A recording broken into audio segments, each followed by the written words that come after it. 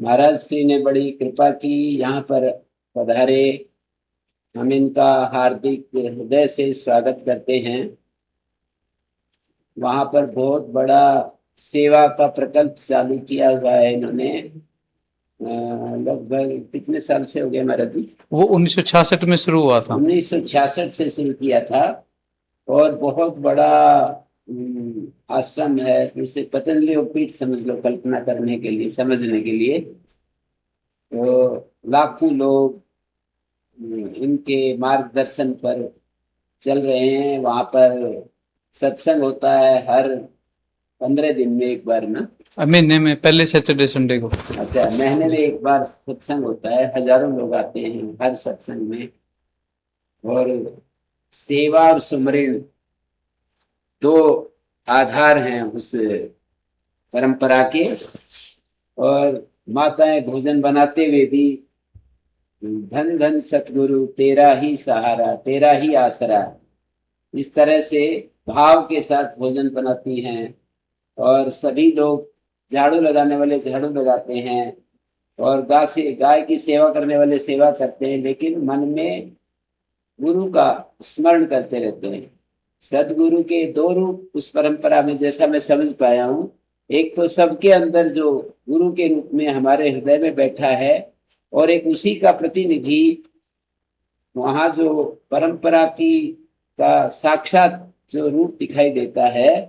तो ऐसे वहाँ की परंपरा में सदगुरु को परमात्मा के प्रतिनिधि के रूप में, परमात्मा का मार्गदर्शक के रूप में वो स्वीकार करते हैं। तो मैं कई बार वहां पर गया और वहां पर गायों की सेवा और तरह तरह के बहुत ही अच्छे भक्ति भाव को देख करके मुझे बहुत अच्छा लगा। महाराज जी को मैंने कहा कि आप कभी इधर आते हैं नारनौल तो जरूर दर्शन दीजिएगा।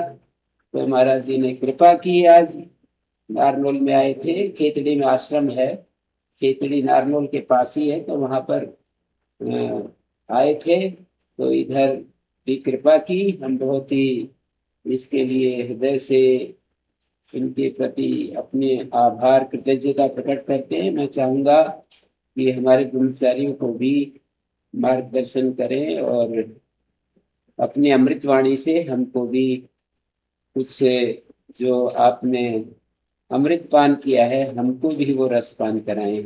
श्री महाराज जी। हम तो स्वामी जी के दर्शन करने के लिए आए हैं। अभी स्वामी जी जगमाल वाली डेरे में गए थे, पहले 1.5 साल पहले भी जाके आए थे, अब भी जाके आए थे।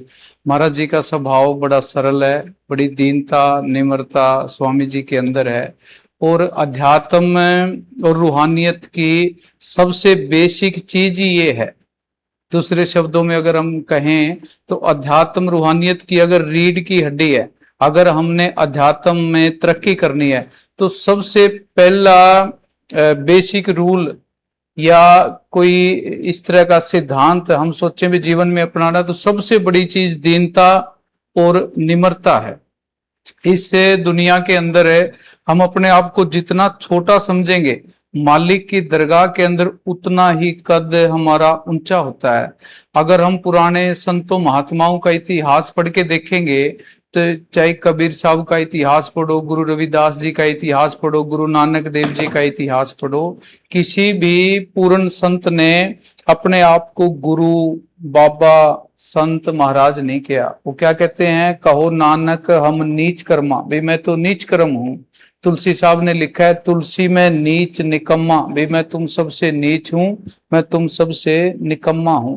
कबीर साहब ने वाणी में लिखा है, कबीर सबते हम बुरे हम तज पलो सब कोय, जिन ऐसा कर बुझिया मीत हमारा सोए। कबीर साहब कहते हैं मैं तुम सबसे बुरा हूं।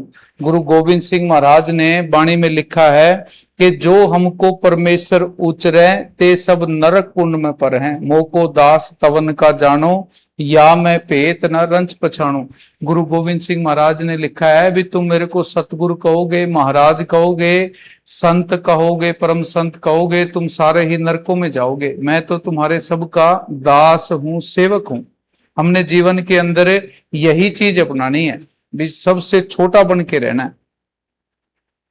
अपने राजवीर शब्द बोल दे भी, जागरे मुसाफिर, बस पानी नहीं पीना। इनको पिला दो सबको। शायद मेरे को ध्यान नहीं आ रहा, शायद गुरु वशिष्ठ जी थे,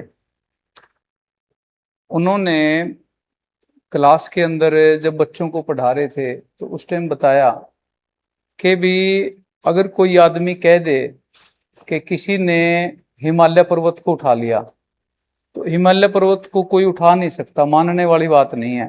पर एक टाइम के लिए हम ये मान लेते हैं भी शायद ऐसा कोई बलि या महान कोई आत्मा ऐसी होगी जिसने हिमालय पर्वत को उठा लिया। कोई आदमी कहे भी किसी ने समुद्र को पी लिया, तो समुद्र को कोई नहीं पी सकता। एक टाइम के लिए हम ये भी मान लेते हैं भी ऐसा कोई होगा भी जिसने समुद्र को पी लिया। हवा को कोई रोक नहीं सकता, कोई कह दे भी फलाना आदमी ने हवा को रोक लिया, तो उसको भी मान लेते हैं भी कोई होगा ऐसा बलि। लेकिन अगर कोई आदमी कहे भी मैंने मन को वश में किया है, तो ये मानने वाली बात नहीं है। ये मन को वश में करना या मन को गुलाम बनाना, ये दुनिया का सबसे बड़ा काम है और सबसे मुश्किल काम है। और इस काम को करने के लिए ना आपने हाथ हिलाना है, ना पैर हिलाना है, ना सिर हिलाना है, ना बोझ कोई सर के ऊपर लेके चलना, बस बैठना है, आंखें बंद करनी है। लेकिन ये दुनिया का सबसे मुश्किल काम है। सिरसा के अंदर पूज्य मस्ताना जी हुए हैं। सिरसा जो डेरा है ना, सच्चा सौदा जो शुरू किया था पूज्य मस्ताना जी ने, तो पूज्य मस्ताना जी सुबह 10-11 बजे शहर को जा रहे थे, तो 3-4 कोई आदमी आए बाहर से, तो उनसे पूछा भी तुम कहाँ से आए हो? वो कहते जी हम मजदूर हैं, आज कोई दिहाड़ी पे लेके नहीं गया, तो हम सोचा भी चलो डेरे होके चलते हैं। तो वो थोड़े उदास भी थे भी आज दिहाड़ी नहीं मिली, क्योंकि दिहाड़ी करने वाला गरीब आदमी वो उतना ही मिलता है, उतना ही खा लेता है। तो पूज्य मस्ताना जी ने फरमाया भी हम तुम्हें दिहाड़ी दे देंगे और तुम हमारा काम करो। क्या जी बताओ क्या काम करना है? एक कमरे के अंदर उनको बिठा दिया भाई तुम्हें शाम को 5 बजे तुम्हारी दिहाड़ी मिल जाएगी और तुम्हें कुछ भी काम नहीं करना, आंखें बंद करके बस यहाँ बैठना है। तो शाम को पूज्य मस्ताना जी आए 5 बजे भी, चलो उनको दिहाड़ी उनकी दे देते हैं। तो जब आए वहाँ कोई भी नहीं मिला, सेवादार था गेट पे, उससे पूछा भी वो कहाँ चले गए? वो कहते जी वो तो एक आदमी घंटे बाद चला गया, दूसरा 1.5 घंटे बाद, दोनों तीनों घंटे 2 घंटे में सारे ही निकल के चले गए यहाँ से। कहने का मतलब क्या है भी बैठना सबसे मुश्किल काम है। हमारा मन है, अब हम बिल्कुल आराम से बैठे हैं ना, ये मन हमें कोई डिस्टर्ब नहीं कर रहा। जैसे ही हम आंखें बंद करते हैं ना, हमारा जो फेस है वो हमारे घर की तरफ हो जाता है, निज धाम की तरफ हो जाता है, सच की तरफ हो जाता है, बूंद जिस समुद्र से निकली है उधर हो जाता है। मन ये काल का वकील है, इसका काम सिर्फ ये है भी कोई भी आदमी अपने घर की तरफ मुंह ना करे। जब हम मेडिटेशन करते हैं, सिमरन करते हैं, तो हमारा मुंह अपने घर की तरफ हो जाता है, अपना मतलब मंजिल की तरफ कदम चलने शुरू हो जाते हैं, तो मन उस टाइम फिर विरोध करना शुरू कर देता है। ये कोई दिन महीने या साल का काम नहीं है, ये तो उम्र भर की लड़ाई है। सारी जिंदगी इसके साथ मुकाबला करना है। सिमरन बंदगी भजन है क्या? मन का मुकाबला ही भजन है। मन से लड़ाई करना यही सिमरन है, यही बंदगी है। ये बाहर जाता है, इसको रोको। इसका जो स्वभाव है, इसकी प्रकृति है, वो एक चंचल बच्चे की तरह है। जैसे बच्चे को हम स्कूल में भेजते हैं, पहले तो वो जाता नहीं है, फिर जाता है तो कुछ वो कायदे वगैरह फाड़ के घर आ जाता है, कुछ दिन हम लंच देते हैं, वो खा पी के वो आ जाता है, धीरे धीरे उसको स्कूल के अंदर क्लास में बैठना आ जाता है, फिर वो पढ़ने लग जाता है, फिर वो BA में कर जाता है। तो मन के हालात भी ऐसे ही हैं, तो इसके साथ तो लड़ाई लड़नी पड़ती है। लगे रहो, लगे रहो, लगे रहो। सिमरन नाम का दोहराना, अब जैसे है क्या भी, ये काफी है ना लंबा वो है चैप्टर। अब जैसे सिमरन है क्या, पानी पानी कहने से प्यास नहीं बुझती, रोटी रोटी कहने से भूख नहीं मिटती। रोटी शब्द कुछ और चीज है, रोटी खुद कुछ और चीज है। पानी शब्द कुछ और चीज है, पानी खुद कुछ और चीज है। इसी तरह राम राम कहने से भी राम नहीं मिलता, राम का नाम कुछ और चीज है, राम खुद कुछ और चीज है। जैसे हम कबीर साहब को मानते हैं, गुरु नानक देव जी को मानते हैं, गुरु रविदास जी को मानते हैं, या हम ग्रंथों शास्त्रों को, पुराने संतों महात्माओं को मानते हैं, मानने से कुछ नहीं होता। हम उनको शीश भी निभाते हैं, दंडवत प्रणाम भी करते हैं, उससे भी कुछ नहीं होता। जब भी काम बनेगा गुरु को मानने से नहीं बनेगा, गुरु की मानने से बनेगा। हम गुरु को मानते हैं लेकिन गुरु की शिक्षा सिद्धांतों के ऊपर चलने के लिए तैयार नहीं है। जैसे घर के अंदर एक बच्चा है, वो सुबह उठ के बाप के पैरों के हाथ लगाता है, नमस्कार करता है, शाम को भी लगाता है। बाप उसको कहता है भी तूने शराब नहीं पीनी, वो शराब भी पीता है। बाप कहता है तूने जुआ नहीं खेलना, वो जुआ भी खेलता है। बाप घर में कहता है मेरे को एक पानी का गिलास दे दे, वो पानी का गिलास भी नहीं देता। तो क्या वो बाप की कदर करता है? अकेले पैरों के हाथ लगाना बाप की कदर करना नहीं है। बाप के बेशक है तुम पैरों के हाथ ना लगाओ, लेकिन बाप का हुक्म जरूर मानो। हुक्म मान लिया, वो बाप की कदर करना है।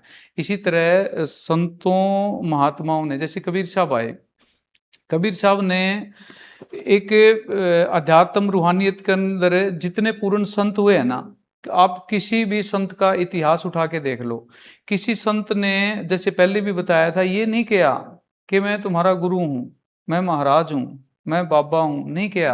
बीबी एक औरत है, उसका रिश्तेदार कौन है जो उसका ख्याल उसके पति के साथ जोड़े? अगर कोई अपने साथ जोड़ता है तो इसका मतलब वो बीबी का रिश्तेदार नहीं है, वो बदमाश है, लफंगा है। तो संत वो है जो आत्मा को परमात्मा से जोड़ने की बात करता है, सुरत को शब्द के साथ जोड़ने की बात करता है।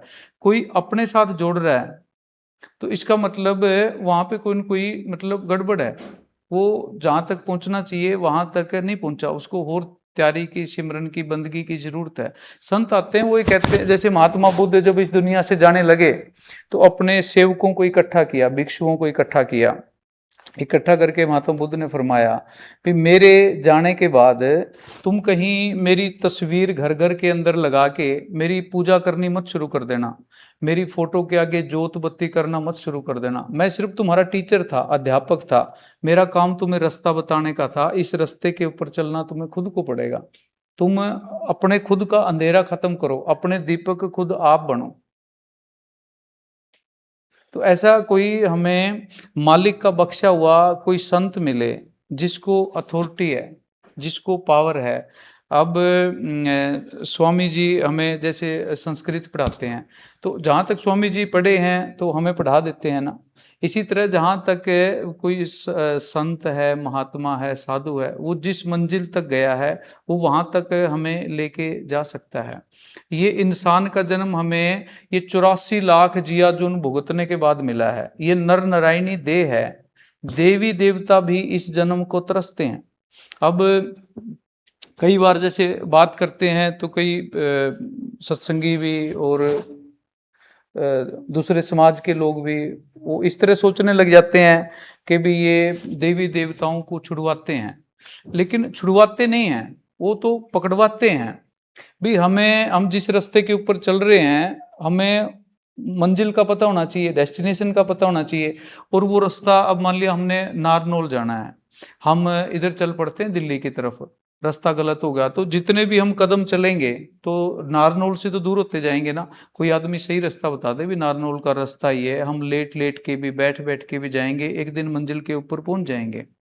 तो ऐसा कोई संत मिले, मालिक का बख्शा हुआ, जो वहां तक पहुंचा है। जैसे कबीर साहब आए, कबीर साहब चारों युगों में आए थे।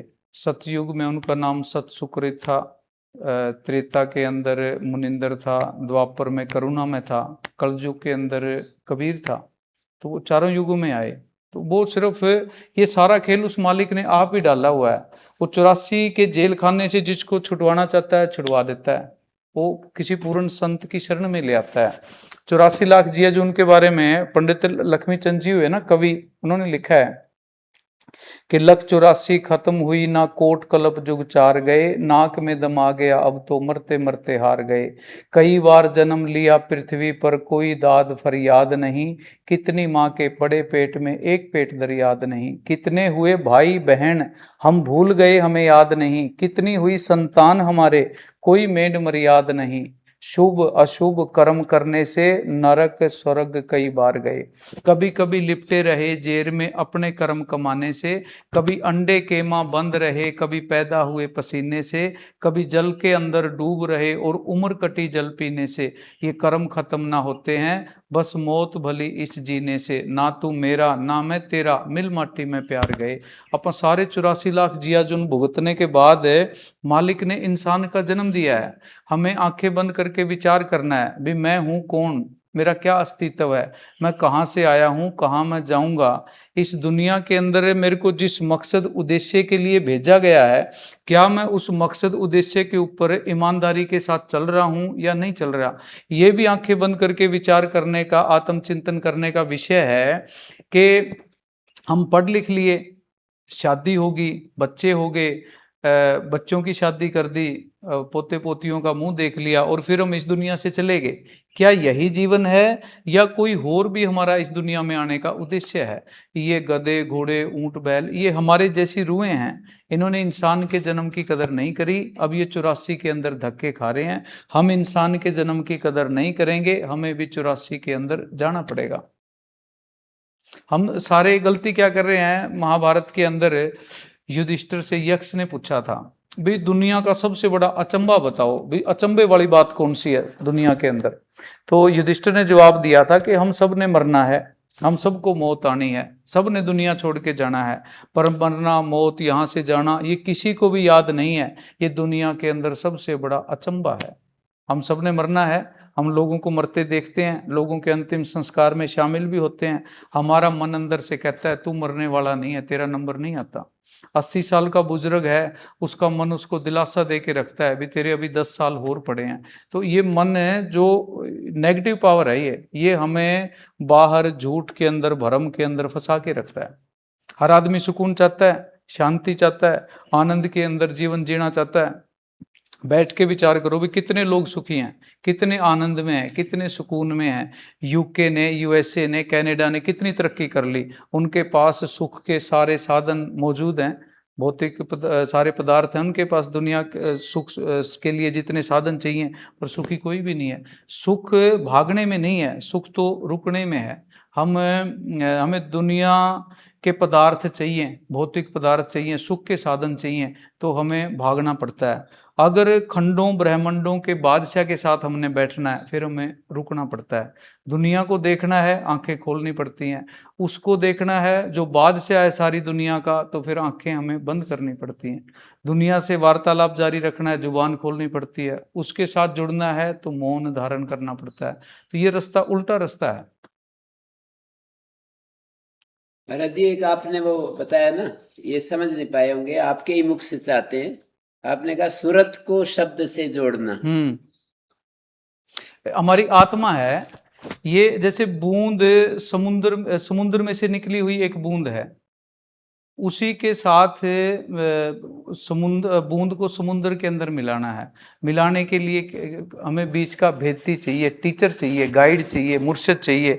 जैसे अगर डॉक्टरी की किताबें हैं, हम पढ़ते रहें, डॉक्टर नहीं बन सकते।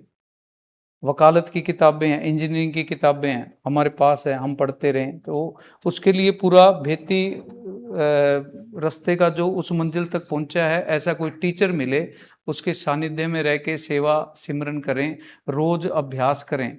मन जाता है उसको रोकें। पर घोर कलयुग है, इस घोर कलयुग के अंदर हम थोड़ा भी करते हैं ना, उसका ज्यादा फल है। पलटू साहब एक फकीर हुए हैं, उन्होंने लिखा उलट पुलट जब राम ही टेढ़ा सीधा होए, या का फल नहीं जाएगा कैसे ही लोग होए। उल्टा सीधा चलते उठते बैठते काम करते, जैसे भी हम सिमरन करते हैं वो लेखे में है। माया का जोर बहुत है, सिमरन होता नहीं है। सूरत आत्मा को जी जी हाँ, आत्मा को जी। बाकी बहुत सारी बातें हैं, अगर बहुत सारा सच आप समाज के लोगों से शेयर करते हैं तो फिर वो लोग नाराज हो जाते हैं। समाज की है और बहुत विद्वानों की भी है, कुछ अलग टाइप की विचारधारा है, उसी के साथ वो चलते आए हैं। अब सच ये भी है भी परमात्मा है, वो हमारा बाप है, हम बाहर माँ बाप की सेवा करते हैं, माँ के गर्भ के अंदर भी एक बाप था हमारा, जिसने हमारा पालन पोषण किया है। उस बाप की ना कोई जाति है ना कोई धर्म है। जब उसकी कोई जाति धर्म नहीं है, फिर हमारी जाति धर्म ये कहाँ से आ गए? ठीक है, हम एक जिस एरिया में रहते हैं वहाँ की हमारी वेशभूषा हो सकती है, भाषा हो सकती है, अलग परंपरा हो सकती है, रीति रिवाज हो सकती है। वास्तव में जाके अगर हम और गहराई के साथ सोचेंगे, विचार करेंगे, तो हम सबका धर्म भी एक है, सबकी जात भी एक है, सबका मालिक भी एक है। उस मालिक के रहने का ठिकाना वो भी एक है। वो रहता कहाँ है? शरीर रूपी मंदिर के अंदर रहता है। उससे मिलने का तरीका, जरिया, रास्ता वो भी एक है। वो आज तक जिसको भी मिला है वो मेडिटेशन, सिमरन और ध्यान करने से मिला है, और किसी चीज से और कोई कुछ करने से किसी को आज तक मिला नहीं है। वो मिलेगा सिमरन करने से मिलेगा। महाराज जी, ये ध्यान कैसे करते हैं? ध्यान देखो, आंखें बंद करो, मन भागता है, यहाँ दोनों आंखों के बीच में ध्यान को इकट्ठा करो। जहाँ हम तिलक लगाते हैं, जिसको दिव्य चक्षु कहते हैं, जिसको थर्ड आई या शिव नेत्र कहते हैं, यहाँ ध्यान को टिकाना है। अब कबीर साहब ने वाणी के अंदर लिखा है, सारी बातें समझाई हैं, अंदर का सारा ज्ञान समझाया है। जैसे यहाँ कंठ चक्र है, यहाँ देवी माता की शक्ति काम करती है। यहाँ हृदय चक्र है, यहाँ शिव जी की शक्ति काम करती है। नाभि चक्र है, यहाँ विष्णु की शक्ति काम करती है। हम इनसे ऊपर बैठे हैं, यहाँ हमारी आत्मा यहाँ बैठी है। हमने यात्रा यहाँ से आगे की करनी थी, हमने यात्रा नीचे की शुरू कर दी। वाणी के अंदर अपने गुरु साहब ने लिखा है कि जो ब्रह्मंडे सोई पिंडे, जो खोजे सो पावे। जो कुछ ब्रह्मांड के अंदर है वो सब कुछ हमारे अंदर है। अब ये को बुद्धिमान लोग, शाणे लोग इस बात को मानने के लिए तैयार नहीं है भी जो ब्रह्मांड के अंदर है वो हमारे अंदर कैसे आ सकता है। अब देखो, कंप्यूटर के अंदर हम छोटी सी चिप लगाते हैं, उसके अंदर कितना डाटा इकट्ठा हो जाता है। तो सारी दुनिया का डाटा, सब कुछ हमारे अंदर ही है। हम देख एक बच्चा डॉक्टर बनता है, तो डॉक्टरी की जो पढ़ाई है, जो डॉक्टरी का इल्म है, वो बाहर कहीं से नहीं आया, वो उसके अंदर ही रखा हुआ था। किताबें पढ़ी, उसने उस विद्या को प्रकट कर लिया। इसी तरह म्यूजिक भी हमारे अंदर है, वकालत भी हमारे अंदर है, इंजीनियरिंग भी हमारे अंदर है। कोई आदमी पशुओं का डॉक्टर बन जाता है, वो चीज़ भी हमारे अंदर है। परमात्मा भी हमारे अंदर है। अगर देवी देवताओं से मिलना है, वो भी अंदर बैठे हैं। कृष्ण भगवान ने विराट स्वरूप दिखाया था, सारे देवी देवता अंदर दिखाए थे। तो सब कुछ हमारे अंदर है। बाहर तो ये एक नमूना बनाया गया है। अब हम कोई भी आविष्कार करते हैं, कोई भी खोज करते हैं, तो वो कहाँ से आई? हम आंखें बंद करके बैठते हैं, सोचते हैं, अंदर से नए नए आइडियाज आते हैं, तो वो सब कुछ अंदर ही है। आइंस्टाइन साइंटिस्ट हुआ है ना, बड़े बड़े उसको पुरस्कार मिले थे। जब वो बुढ़ापे की अवस्था के अंदर था, तो एक पत्रकार ने उससे पूछा, भी आपका जीवन का सफर कैसा रहा? आपने बड़ी बड़ी खोजें की, आपका इतना नाम हुआ, बड़े बड़े आपको इनाम मिले। तो वो कहने लगा, भी मेरे को एक चीज क्या थोड़ा रंज रहेगा, दुख रहेगा, भी मैं बड़ी बड़ी मैंने खोजें की, पर जिस ताकत ने मेरे से ये खोजें करवाई, मैं उस ताकत तक पहुंच नहीं पाया, मैं उसकी खोज ना कर पाया। उसी के साथ जुड़ना है। हमारे अंदर कोई करंट है ना जो काम कर रही है, नहीं तो 5 तत्व का पुतला है, वो करंट अंदर से निकल जाए तो इसमें से तो बदबू आनी शुरू हो जाती है। वो मालिक है, हम कहते हैं भी मालिक है, इसका प्रमाण क्या है? हम खुद हैं, इससे बड़ा प्रमाण क्या होगा? कबीर साहब ने लिखा है भी हर इंसान कबीर बन सकता है, हर इंसान के अंदर कबीर बनने की खूबी है। पर दिक्कत क्या है? आदमी के अंदर से अहंकार नहीं जाता। हमारा जो अंदर है उसके अंदर एक ही ताकत रहती है, या तो मैं रहती है या फिर तू रहता है। दो चीजें रहती नहीं है। जब तक हम अंदर से अपने अस्तित्व को खत्म नहीं करेंगे, अपने आप को बिल्कुल जीरो पे नहीं लेके आएंगे। सहजे जोगी शून्य में वास, 5 तत्व में लियो प्रकाश। जब तक सहज अवस्था के अंदर आकर अपने आप को बिल्कुल जीरो पे, जैसे हम कहते हैं मैं तो गुरु का मुरीद हूँ, गुरु का शिष्य हूँ। मुरीद का मतलब है मुर्दा होना। अब एक आदमी मुर्दा है, उसके आप ऊपर आप थूक दो, कूड़ा डाल दो, गंदगी डाल दो, उसने कोई हरकत नहीं करनी। तो उस अवस्था के अंदर हमें अपने आप को लेके आना पड़ेगा। जब वहां हम पहुंच गए तो फिर मालिक की दया मेरे ऑटोमेटिक आ जाएगी। मालिक कहीं बाहर नहीं है। जैसे मोबाइल है, हमने मोबाइल का स्विच ऑन करते हैं तो तरंगे आनी शुरू हो जाती है, मोबाइल काम करना शुरू कर देता है। हमने अपने इसकी मोबाइल की स्विच ऑफ कर रखी है, ऑन करेंगे सिमरन करेंगे काम करना शुरू कर देगी। एक बादशाह इब्राहिम हुआ है, बलख बुखारे का बादशाह था, वो पुराना भगत था, उसकी भक्ति थी। तो कबीर साहब ने उसको साथ लगाना था, चोट मारनी थी। एक दिन कबीर साहब ने एक साधु का भेष धारण किया और उसके महलों के आगे झोली डंडा रख दिया। बादशाह इब्राहिम आता है, आके कबीर साहब को कहता है, बाबा तू यहाँ क्या करता है? तो कबीर साहब कहते भी सराय के अंदर मैंने 4 दिन काटने हैं। वो बादशाह इब्राहिम हंसने लग गया, अभी आप गलत पते पे आ गए, भी ये सराय नहीं है, ये तो मेरे महल हैं। तो कबीर साहब ने पूछा, भी तेरे से पहले यहाँ कौन रहता था? क्या मेरा बाप, उससे पहले क्या मेरा दादा, तेरे बाद क्या मेरा लड़का। फिर सराय ना हुई तो क्या हुआ? हम सारे मुसाफिर हैं, लोग दुखी क्यों हैं, परेशान क्यों हैं? इस दुनिया को अपना पक्का ठिकाना समझ बैठे, अपने आप को यहाँ का पक्का वासी समझ बैठे। यहाँ अपने जितने अपन बैठे हैं, किसी के पास पीआर नहीं है, सब अपन टेम्परेरी वीजे पे हैं। वीजा पता नहीं कब खत्म हो जाए, कब बुलावा आ जाए, कब अपने को जाना पड़ जाए। तो बादशाह इब्राहिम की जैसे बात कर रहे थे, बादशाह इब्राहिम को चोट लगी, वो कबीर साहब की शरण में चला गया। कहाँ राजा, कहाँ कबीर साहब के पास वो 12 साल रहा। रूखी सूखी रोटी खाई, जमीन के ऊपर बोरी पे अपना बिस्तरा रखा। माता लोई कबीर साहब के घरवाली का नाम था। जब बादशाह इब्राहिम को 6 साल हो गए, तो माता लोई ने कबीर साहब को बेनती की कि भी कबीर, ये बादशाह है, अपने द्वार पे पड़ा है, बोरी का बिस्तरा रखता है, रूखा सूखा टुकड़ा जो हम दे देते हैं वो खा लेता है, तो इसको ज्ञान बख्श, आशीर्वाद दे, इसके ऊपर कृपा कर। कबीर साहब ने माता लोई को कहा, भी अभी भांडा तैयार नहीं हुआ, बर्तन तैयार नहीं है, कमरा तैयार नहीं है, बैठने लायक रूम बना नहीं है। तो माता लुई कहती भी कैसे नहीं बने, आप देखो तो सही भी कितनी दीनता निम्रता इसके अंदर है। कबीर साहब कहते तो एक काम कर, एक बाल्टी के अंदर पानी के अंदर रेत मिट्टी घोल ले, और मैं इसको किसी काम से बाहर भेजूंगा और तू ऊपर से इसके ऊपर गिरा देना। तो ऐसे ही किया, कबीर साहब ने बाहर भेजा, माता लोई ने रेत मिट्टी थी वो बादशाह इब्राहिम के ऊपर गिरा दी। बादशाह इब्राहिम ने ऊपर देखा तो माता लोई तो नहीं दिखी। तो कहने लगा, भी मैं होता ना बलख बुखारा, तो देखता मेरे ऊपर कौन कूड़ा डालता है। बलख बुखारा भी अगर मैं बादशाह होता, आज बादशाह की पोशाक में होता, तो मैं उसकी गर्दन काट देता जो मेरे ऊपर कूड़ा डाल दे। तो फिर कबीर साहब ने पूछा माता लोई से भी, उसने क्या जवाब दिया है? तो माता लोई ने बताया भी ये जवाब दिया है। तो कबीर साहब कहते भी अभी इसके अंदर बलख बुखारे की बादशाही पड़ी है, जब तक वो नहीं निकलती तब तक आशीर्वाद या मालिक की दया मेर का ये अधिकारी नहीं हो सकता। फिर 6 साल और बीत गए, 12 साल हो गए। 12 साल के बाद कबीर साहब माता लोई को कहते हैं भी अब ये भांडा तैयार है, अब बर्तन तैयार है, अब इसको बख्शीश कर सकते हैं।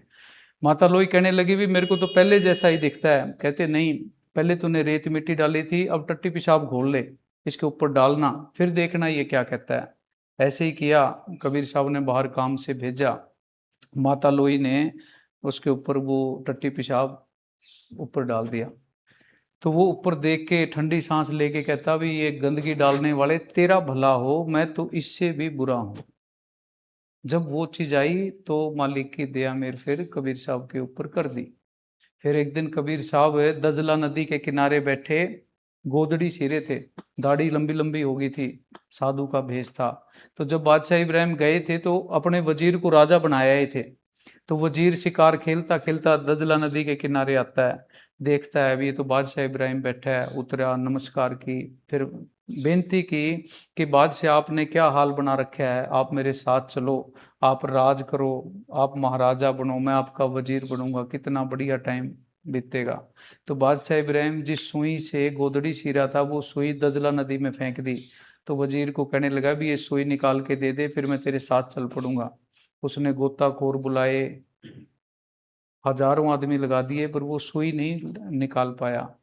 फिर बादशाह इब्राहिम को कहता है, भी मेरे को आप 1 घंटे का टाइम दे दो, मैं हजारों सुइयां मंगा देता हूँ। कहते नहीं, मेरे को तो वही सुई चाहिए। हाथ जोड़ के खड़ा हो गया, अभी वो तो मुश्किल है। इतनी देर में बादशाह इब्राहिम ने आंखें बंद की, एक मछली सुई लेके बाहर आ गई। फिर वजीर को कहने लगा, भी मैं तेरी बादशाही को क्या करूंगा, मेरे पास वो बादशाही है भी ये जानवर तक ये मेरा हुक्म मानते हैं। फिर आदमी उस बादशाही को प्राप्त हो जाता है।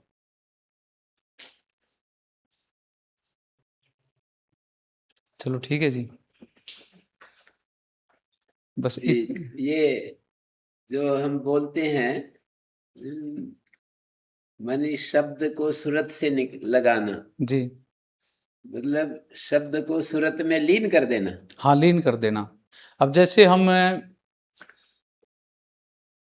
गाड़ी चलाते हैं ना, तो हमें सोचना नहीं पड़ता अभी कब गियर लगाना है, कब ब्रेक, वो हमारा अभ्यास हो जाता है। तो उस नाम को दोहराते दोहराते वो नाम है ना अंदर अपने आप ही चलने लग जाएगा। आंखें बंद करेंगे फिर जपना नहीं पड़ेगा, अपने आप ही चलेगी वो रील। तो वहां तक पहुंचने के लिए थोड़ी मेहनत करनी पड़ती है। बाकी कामों के अंदर तो मन मदद कर देता है, इस काम में मन मदद नहीं करता, हमें विरोध का सामना करना पड़ता है। महाराज जी, उस परंपरा में जैसे आप गुरु की परंपरा में हैं, जी तो वहां सुमरन को इतना महत्व दिया जाता है, जी पर साथ में सेवा को भी बहुत महत्व देते हैं। जी। उसका क्या मतलब है? जैसे सुमरन करो, सेवा करो। हम सेवा करते हैं ना जी, सेवा करने से जब आदमी पहली क्लास में होता है तो उसको हम बच्चे को अलग तरह से ट्रीट करते हैं, दूसरी तीसरी में होता है अलग अलग तरीके से ट्रीट, फिर बीए एमए में हो जाता है, फिर उसका लेवल बढ़ जाता है। तो शुरू के अंदर क्या है, ये मन हमारा भूत है, तो इसने कोई ना कोई गड़बड़ करनी है। एक बार एक आदमी गया किसी संत के पास, उसने उसको एक भूत दे दिया, भी इससे तू जितना मर्जी काम लेता रहे, तो 24 घंटे ज्वार भी कटवा ले, पशुओं को चारा भी डलवा दे, जो करना है सफाई करवा ले, रंग करवा ले, जो मर्जी काम करता रहे। अगर तूने इसको बेला छोड़ दिया तो ये फिर तेरी गर्दन तोड़ देगा। उसने घर के सारे काम करवा लिए, सब कुछ काम खत्म हो गए। भूत भूत जैसे बेला हुआ उसकी गर्दन की तरफ भागना शुरू कर दिया। वो आदमी फिर उस संत के पास गया, भी मेरे को तो बचाओ, वो भूत मेरे को तो मारने के लिए आया है। तो वो महात्मा ने उसको कहा, भी तो एक काम कर, घर के अंदर एक पोल गाड़ दे, और जब ये भूत बेला हो तो इसको कह दे भी तो इसके ऊपर चढ़ और उतर, चढ़ और उतर, इसको बेला मत रहने दे, अपना काम करवा और फिर इसको यहाँ लगा दे। तो ये मन हमारा भूत है, इसको अगर बेला हमने छोड़ दिया तो ये इसने हमारी गर्दन पकड़नी है। तो सेवा का क्या है, भी मन खराब ना करे, दिन में अपनी सेवा करो। सेवा करेंगे तो हमारा तन का प्यार छूटेगा। जब तक तन का प्यार है तो सिमरन पे 2-2, 5-5, 7-7, 10-10 घंटे बैठेंगे कैसे? तो इसलिए सेवा भी करनी है और सिमरन भी करना है। सेवा से तन का प्यार कैसे छूटेगा?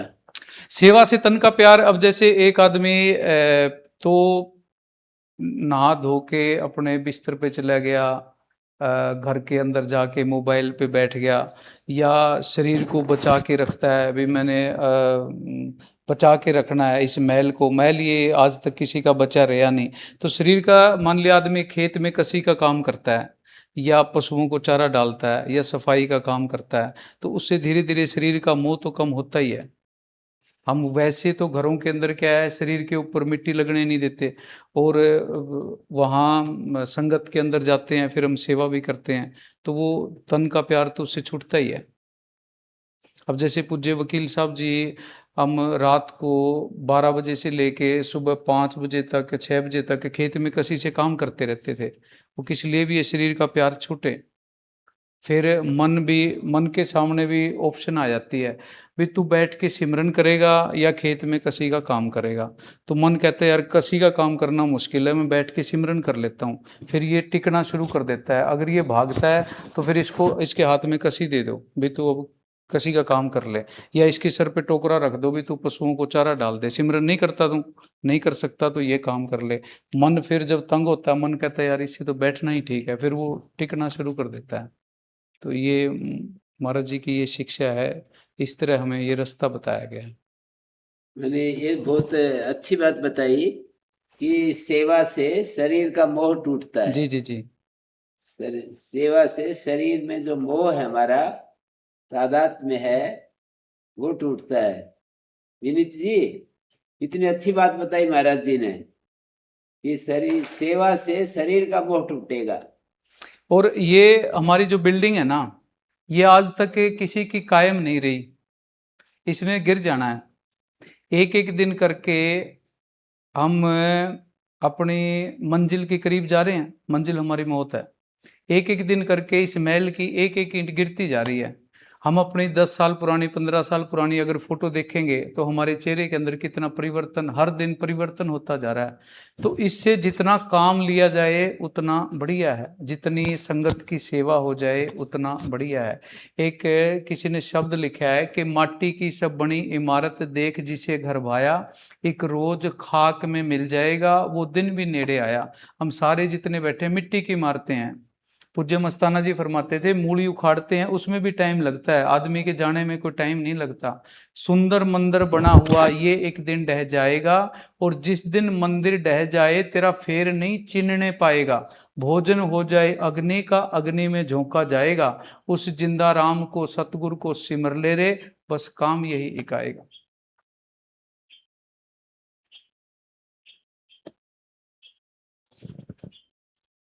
चलो जी, अब तो इजाजत। महाराज जी, हाँ हाँ जी।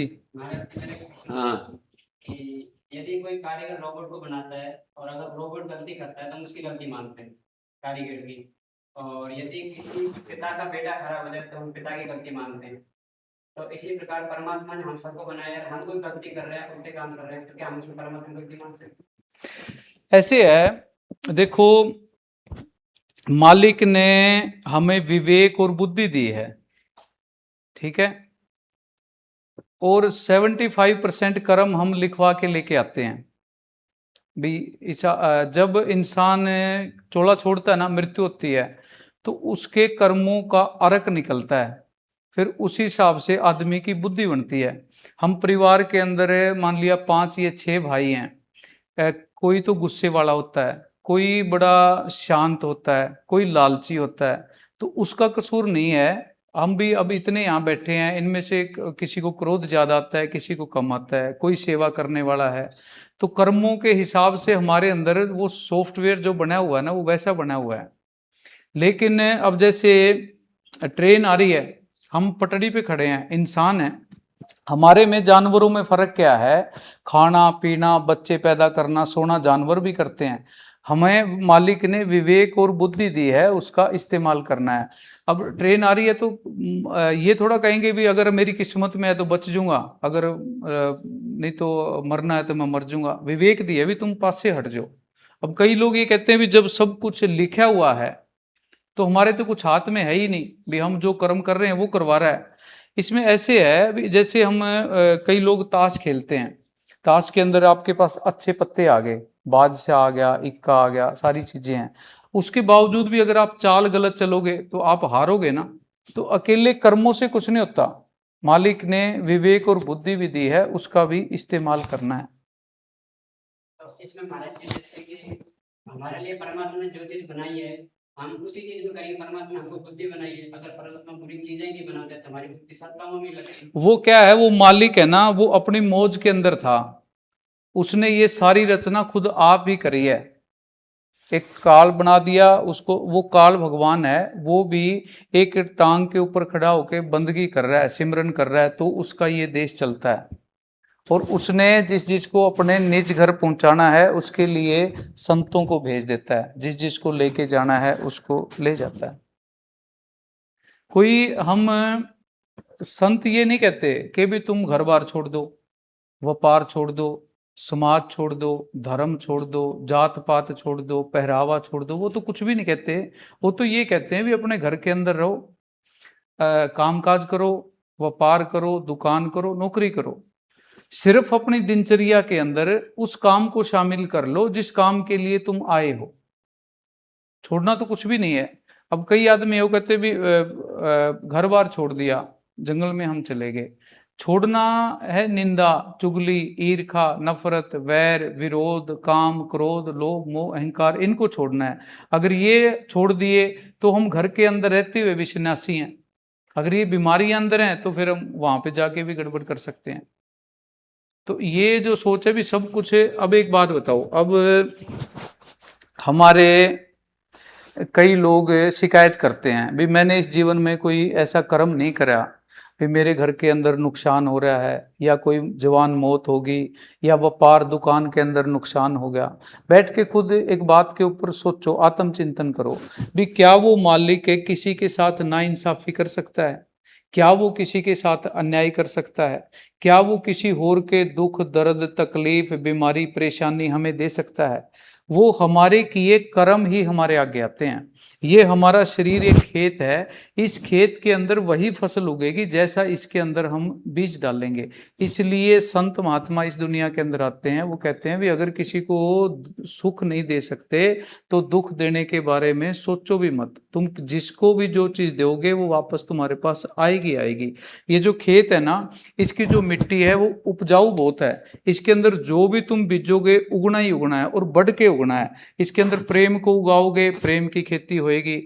अगर किसी का फायदा करोगे, भला करोगे, किसी को फायदा पहुंचाओगे तो वो चीजें भी पनपनी है। किसी का नुकसान करोगे, किसी के बर्बाद करने के बारे में सोचेंगे, किसी की निंदा चुगली करेंगे तो वो फसल वो भी उगनी है।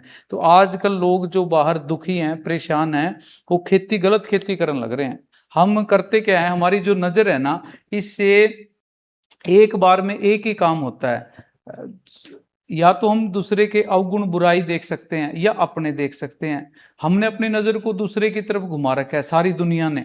हमें क्या है, दूसरे की कमियां नजर आती हैं। हम चार आदमी बैठते हैं, क्या करेंगे? या तो अपनी बढ़ाई करेंगे भी मैंने इतना अच्छा सत्संग कर दिया, मैंने इतने अच्छे तरीके से वहाँ गुरुकुल में गया, मैंने समझाया, सारे बड़े इंप्रेस हुए, या तो ये बात करेंगे। या हम ये करेंगे भी वहाँ गुरुकुल के अंदर दो तीन ऐसे लोग थे, उनको बैठना नहीं आता था, उनको ये नहीं करना आता था। हुआ क्या, या तो बढ़ाई कर ली या बुराई कर ली। करना क्या है, दूसरे की तो बढ़ाई करनी है और अपनी बुराई करनी है। अपने अंदर जो अवगुण है, जो बुराइयां हैं, कमियां हैं, वो दूर कैसे होंगी? जब उनकी तरफ हम नजर डालेंगे। हम नजर ही नहीं डाल रहे। महाराज जी, जो सन्यासी है या फिर जो गृहस्थी में प्रवेश जिन्होंने नहीं किया है, वो तो ध्यान में बैठ के परमात्मा से सिमरन कर सकते हैं परमात्मा का। परंतु जो गृहस्थ में चल रहे हैं या फिर जिनको आगे गृहस्थ चलाना है, वो कैसे कर सकते हैं?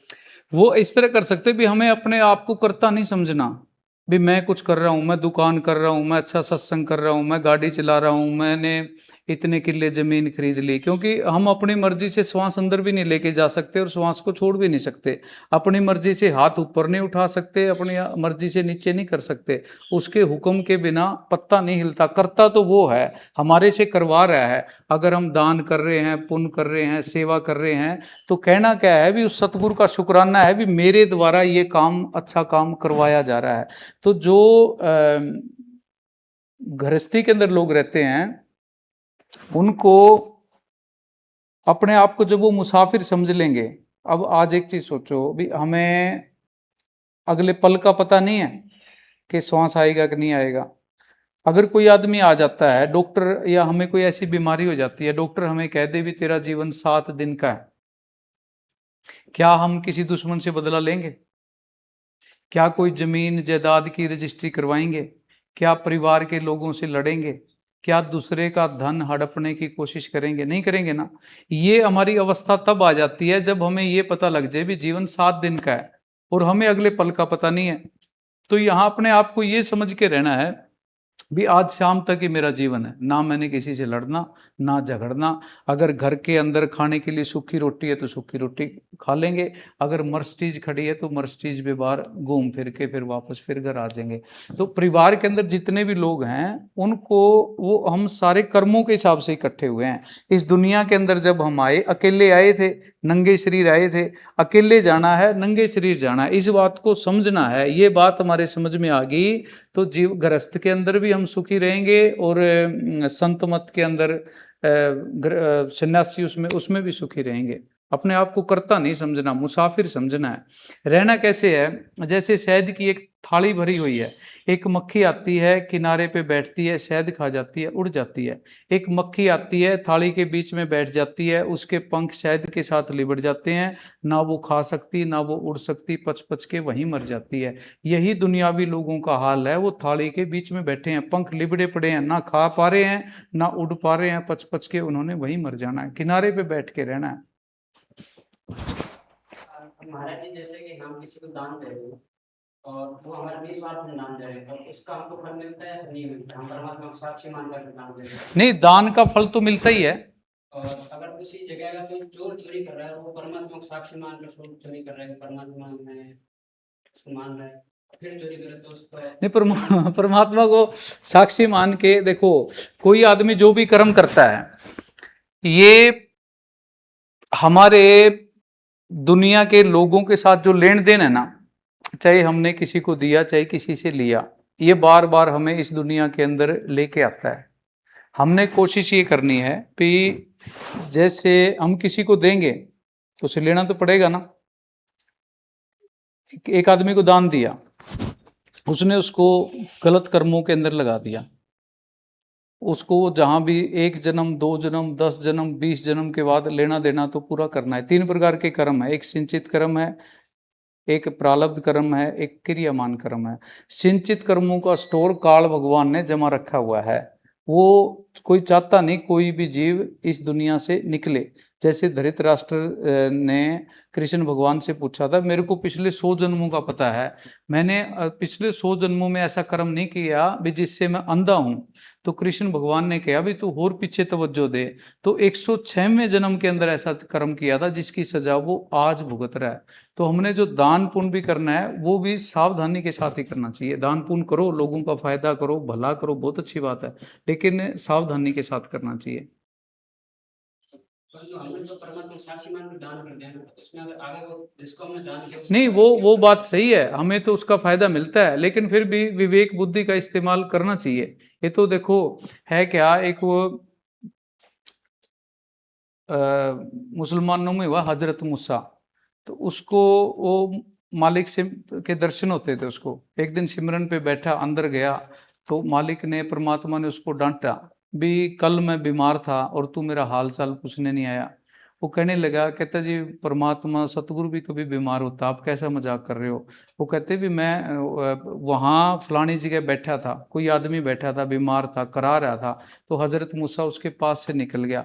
तो हर जीव के अंदर तो उस परमात्मा की करंट है, सेवा सभी की सेवा करनी है, अपनी तरफ से कोशिश ये करनी है भी हमारा सही जगह दान किया हुआ सही जगह लगे।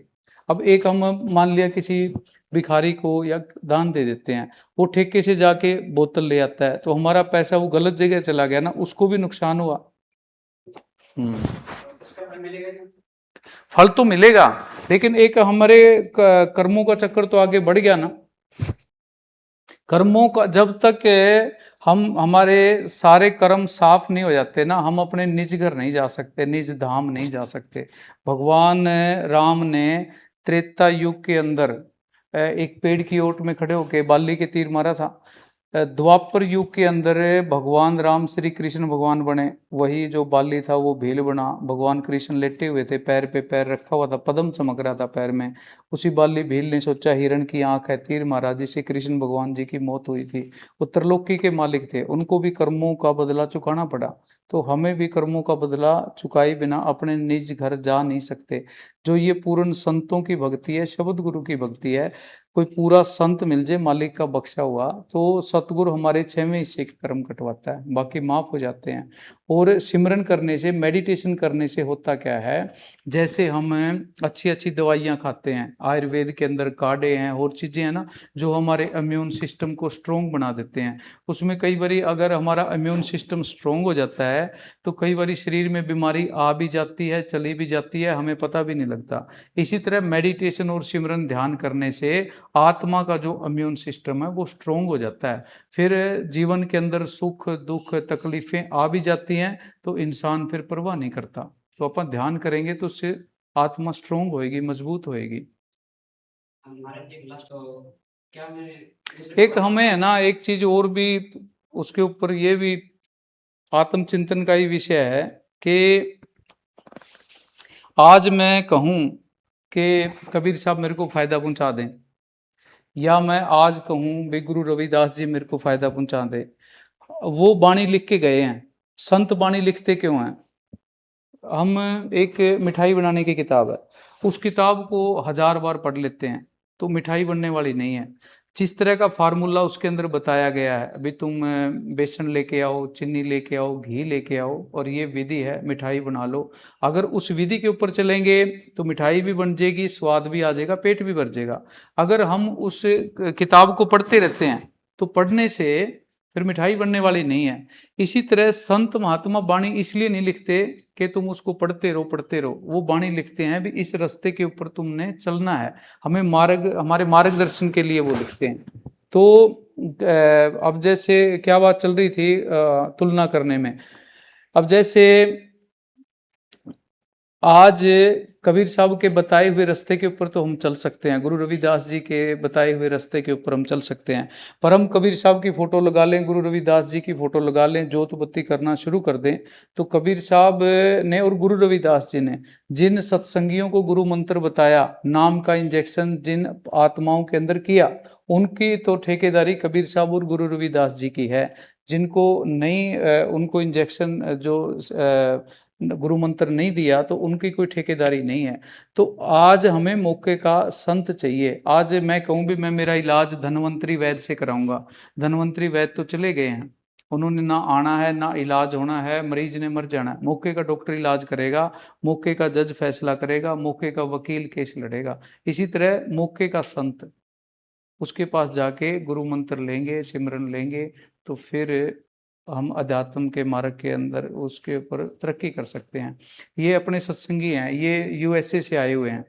तो इनके वहाँ किसी रिश्तेदार ने क्वेश्चन किया था कि भी मैं जीसस को मानता हूँ और हैं क्रिश्चियन वो, पर जैसे एक होता है ना भी अपने भी पक्का आर्य समाजी बन गया, पक्का सनातनी बन गया, या जैसे सिखों में पक्का खालसा बन गया, अमृत छक लिया, तो वो कहता है भी मैं विधिवत रूप से क्रिश्चियन बनना चाहता हूँ।